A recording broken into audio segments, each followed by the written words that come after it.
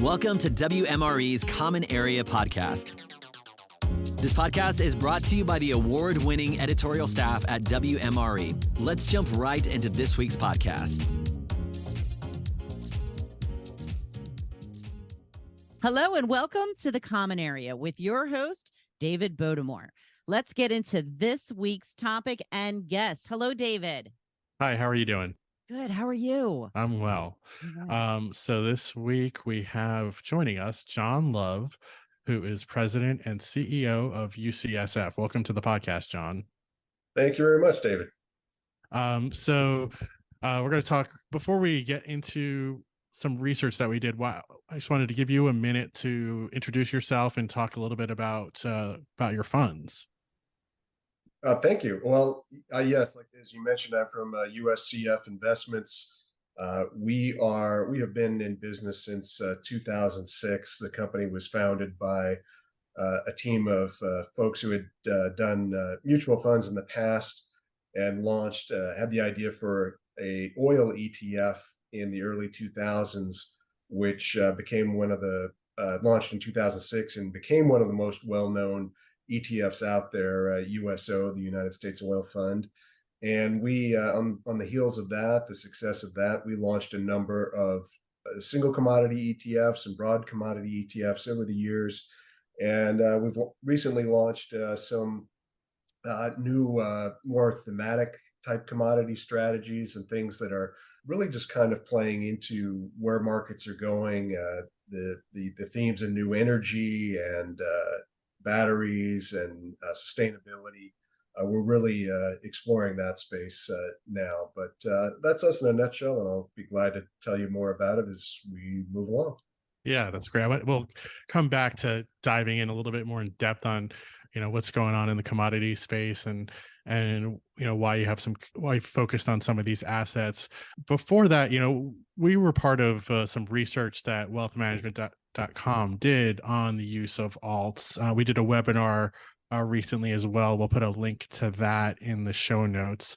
And we were trying to gauge just how much RIAs wealth advisors were using alts and what some of the things they were looking at, including ETFs and including interest in commodities as part of that. Was there any, from that research that we did, was there anything that, jumped out as you in terms of like some of the findings that were most interesting or,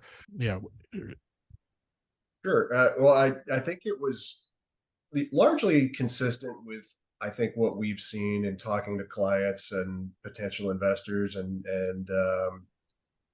also with sort of what, kind of see in the general market and the news about people using alts and those kind of things. So I thought it was validating in terms of that. I thought it was encouraging that it showed growth and expected growth in advisors' use of alts over time. So that was a positive. It was one thing that stood out to me was some of the things that advisors expressed confidence with or lower confidence with are actually in client portfolios at a higher rate. So that's kind of interesting. Some of those things that like non-traded REITs, interval funds, BDCs, tender offer funds, those were kind of at the low end of advisors' comfort level, and that's not surprising. They're more esoteric things, but it was interesting that where a client, some of those things, you might have 16% felt very comfortable with it. It would be 36%, I think, in the case of interval funds in client portfolios. So that was kind of interesting. Also, I think another thing that stood out was cryptocurrencies at comfort level. As much as they're in the news and they get so much attention relative to all these other things that are considered alternatives, they're almost at the bottom of the list of things that advisors are very confident in their knowledge of. So I thought that was kind of illuminating because of how much talk it will get, especially when cryptocurrencies are ripping. You'll be doing meetings with potential investors in cryptocurrencies, all the talk, but it is interesting that it's down near the bottom of the list. Yeah, that is interesting because there's a lot of buzz over the newer stuff, but there's a lot of this kind of more traditional alt space, private equity, hedge funds, ETFs that maybe they aren't generating as many fun headlines, but are actually more core to what people are doing. Agreed. I totally agree with that, and that I think that's the other way that the research is validating and makes sense. Is I think one of the first things people would look at is REITs and private equity, as you said, and so that seems to be where advisor confidence is, and where investments are held at a higher rate. So that makes a lot of sense. So you're in commodities and you're doing it as ETF. So I was just curious if you could talk about why you think that why you decided to go that route for these kinds of investments. Sure. So as you know, ETFs really are a relatively new instrument in the investment landscape. I mean, they're not that new. They were launched in the first ETF was in the early 90s. Nevertheless, they really started to pick up steam, I think, towards the late 90s, early 2000s. And with the initial wave of ETFs, obviously the first one was SPY, the S&P 500.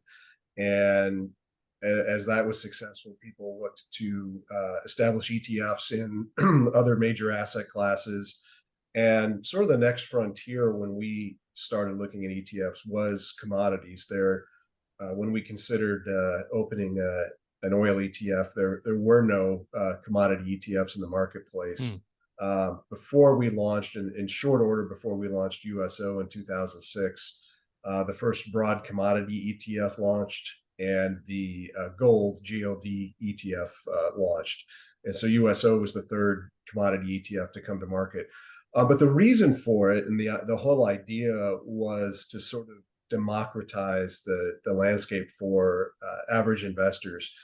In the past, if you want to invest directly in something like oil, or gold, or natural gas, live cattle, you name it, in the commodity space, you basically had to open a futures account, and that required more specialized knowledge for investors, and there were high costs involved back at in the early days of futures investing. They were coming down when we started launching ETFs, but they were still kind of high. But the real I think challenge was you really had to actively manage your futures position. And I don't mean necessarily deciding, to get in or get out. That might be something you did. But if you wanted a long only investment, you had to constantly monitor your margin level, and you would be, on the hook for potentially getting a margin call. The great thing about futures is you only have to put up, say, 10 to 15% of the investment, and then you can invest the other collateral in T-bills, or if you want to take more risk, you can do other things. But if the futures position goes against you, you've got to go out and deliver cash to your broker to cover margin calls. So that's something you have to be prepared for. The other thing is you have to roll futures forward. Futures contracts, unlike equities, expire. Right. And so, you forget to roll roll an oil contract. Oil's not going to show up in your backyard, but you're going to have a pretty big headache to deal with. So putting it in an ETF means we manage all that for you, and it's a long only investment. And it was a way to really deliver that experience to investors. And how do you build the indexes on these? Well, that depends on the fund. The first one, again, our single commodity products generally followed a formula where we would invest in the front month future, and we would roll it in some time frame shortly before expiration. Generally, with our earlier funds, we were doing it about 2 weeks before expiration. So what we were trying to do is there really wasn't an index. It was just give investors exposure to the front of the futures curve, where all the headlines are. So when you see oil's up 1% today, we wanted the ETF to reflect that. As we went down the line, we partnered with a company called Summerhaven in Connecticut, and they are their principals all have very deep commodity backgrounds, and they had developed an index, as the Summerhaven Dynamic Commodity Index, that really was kind of revolutionary in the way it approached commodity investing. Instead of doing what traditionally had been done, which is look at the liquid commodities that are out there, say 25 to 30 commodities, and buy them in weights relative to either their importance to the global economy, either by, say, liquidity, how much people were trading them, using them, or by size, just the amount of dollars invested in these commodities. The way a typical something equivalent to a market cap index in equities would work. What these guys did is at Summerhaven was one of the founding partners is a Yale professor named Geert Rauwenhorst, and he published some seminal studies on commodities on which the index was based. And what they did is say, let's not hold the entire commodity universe at a time. Let's always be in all commodity have at least something in all commodity sectors, but let's look at what's really driving the returns to commodities over the long term. And the answer to that question that's answered in the research is really scarcity. Scarcity is what tends to drive outperformance of certain commodities over others. And turns out there's actually a signal of when the market thinks something is scarce, reflecting that something is scarce, or if the market is concerned about something becoming scarce. The common saying goes, you need wheat for your Wheaties, today, not 6 months down the line. So what that tends to do is mean that people bid up the price of the front of the futures curve, and that creates a signal where the futures curve is basically downsloping. That signal is called backwardation, and if that exists, not only do you get something, you get a positive roll yield. I can explain that in a little bit separately, but basically that's telling us that the market thinks that a commodity is more likely to be scarce than not. And so what we do is we rebalance every month according to the index. The index holds 14 equal weighted commodities at a time, and it basically is looking for that scarcity signal. And what is the place of commodities in portfolios, especially given what we've seen with some of the volatility in the traditional 60-40 over the past couple of years? Sure. Well, I think it was the last decade. The previous decade was really tough for commodities, and then last year when equities and bonds were down and going down in tandem, commodities really showed why you want them in a portfolio. And they've done that consistently over time. If you look at commodities, they have long-term similar returns to stocks, similar volatility, and they're not correlated with stocks and bonds. So where they belong is in any strategic asset allocation. They provide true diversification, and again, over the long term, they provide positive returns. That was a tough story to tell in the age of low interest rates, easy money, because it was driving up the prices of equities and relative to commodities, and there were a number of reasons commodities were underperforming in the last decade. But that is, you have cycles where commodities underperform. That was kind of a long one, but we think that time has passed. And if you look at the long history of commodities, and especially if you invest in them, in a broad way and in a smart index, then I think they deserve to be a core holding alongside everything else. And again, I'm talking broad commodities. Investors can also look at individual commodities. A lot of folks treat gold almost as its own asset class, and sometimes people favor certain commodities over others. So I think you can take short-term tactical views on some single commodities, maybe a strategic view with gold, but I think broad commodities as a core holding has an important place in portfolios. And it's gonna vary by investor, but do you have like a rough threshold for what percentage of, or a rough guideline for what percentage of portfolios do you think is appropriate for commodities? Yeah, we've certainly seen the range over time, and I think you really start to see a little bit of improvement in Sharpe ratios in diversification benefit, even just dipping your toe in with 3 to 5%. I think you're going to get a more meaningful impact on a portfolio around 10 to 15%. We've seen allocations in the high 20s. I think that just depends on people's comfort level.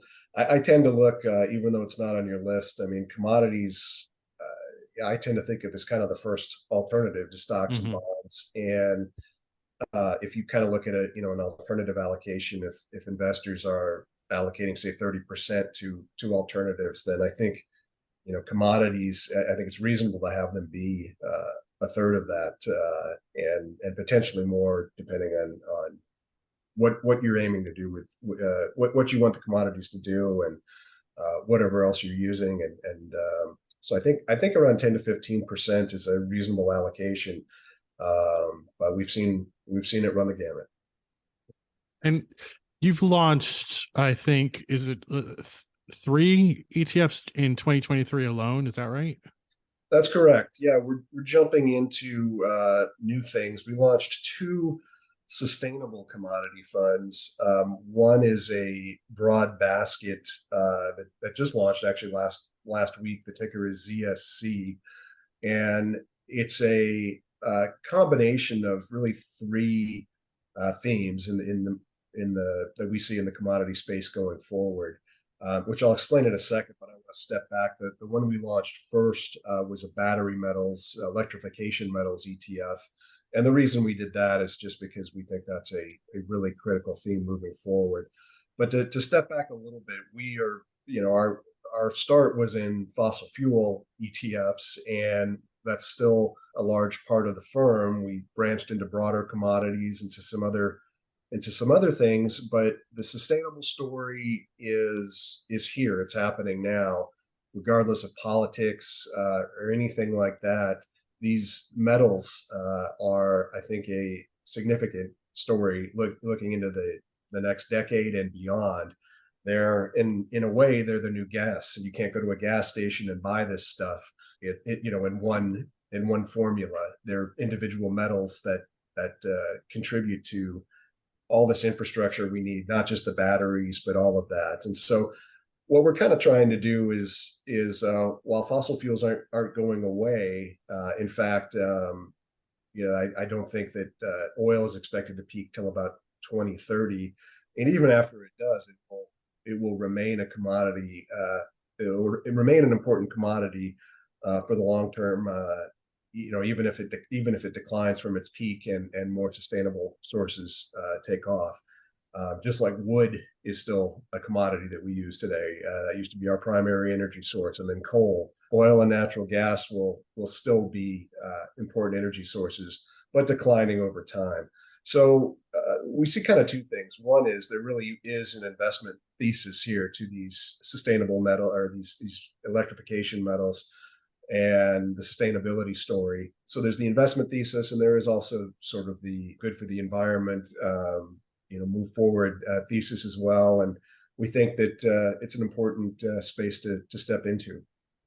And the third fund we launched this year just kind of capitalizes on our experience in energy. We launched a absolute return energy fund, which uses a quantitative methodology to allocate between different futures contracts, different types of positions in futures that we hope is over the long term won't be correlated with anything in particular, but will just deliver good returns for investors. So it's a new product, but so far it seems like it's off to a good start, and we hope people take a look. And the ticker for that one is USEUs.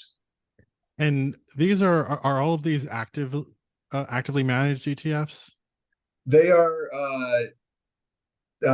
active, yes. They all follow systems, though. They're systematic, so there's no discretion involved. We're not with any of these things looking at the news and taking positions based on that. The battery metals ETF is basically looking at how important is the battery and electrification thematic to a particular metal. So say lithium, copper, that kind of thing, and it weights them based on that.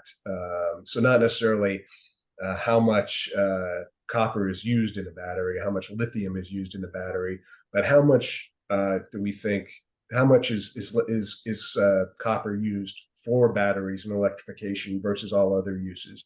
So how much of its return do we think will be driven by this pivot to this new gas, this new form of energy? And the absolute return fund, like I mentioned, it's a quantitative system, and our new broad commodity ETF is similar to the battery metals ETF, but it has allocations to agriculture and to renewable energy, as well as the electrification metals. So it's a kind of combination of all three. So it seems like overall, looking at USCF, it's a good place to look if you're thinking about the energy transition and thinking about just some of these bigger picture ways that the economy is being restructured, and you're looking at how to kind of help manage investment through that. Is that right? That's exactly right. And we think these are long-term plays. This is something that obviously has been, the transition to the electrification, shift to sustainable energy sources and all of that has been in play for a long time. But, it's in the last few years, it's really heated up, and it's going to continue to, there's no doubt that will continue to happen. And so that's exactly what we're doing, is sort of transitioning along with the economy and the market into this new space. And we hope we can, that our products help investors participate in that as the future develops. Well, we've been talking for a bit here, so we appreciate you taking your time. Just wanted to give you an opportunity if you have any other points that that I didn't ask you about that you think would be good takeaways for listeners. I think one, I think it was great, the research that you guys put out, simply because it's something that we think investors need to be looking at, alternatives, not just commodities, but there's many other things that can diversify a portfolio. And this year we have seen investors still kind of behaving like, or still thinking that this decade is like the last one, with strong returns to NASDAQ and tech stocks, and sometimes justified with the AI revolution, but also sometimes concentrated and getting carried away. And last year again, proved the importance of commodities and some other alternatives. And there's no year where any one particular investment is going to, or there's no time that an investment is always going to outperform. So unfortunately, sometimes people put alternatives in their portfolio and they see, wow, Apple did, everybody that was in Apple made way more money than I did this year, so I'm going to concentrate in tech stocks or just just US stocks or whatever it may be. And diversification is important, but real diversification matters too, and that means allocating beyond what we're comfortable with to things that are expected to really improve portfolio returns over the long haul. And that's what your study, I think, is showing, is giving people insights into these different asset classes or sub-asset classes within alternatives. And that's what we're trying to do with commodities and our other products as well, as give investors alternatives to your traditional investments, hopefully for better outcomes over their lifetimes and over the long haul. Well, thank you. Yeah, we're going to put in the show notes, we'll put links to the webinars we did, and as well as the research. And it's something that we're planning to revisit as like kind of a benchmark. And so hopefully we'll see over time how the responses to that evolve. So we appreciate your participation in that, and appreciate you taking the time to speak with me today. Absolutely. Well, thank you for having me. Thank you, everyone, for joining us today. Please visit wealthmanagement.com/real-estate. Please like, follow, and share this podcast with your friends. Until next time, I'm Wendy McConnell.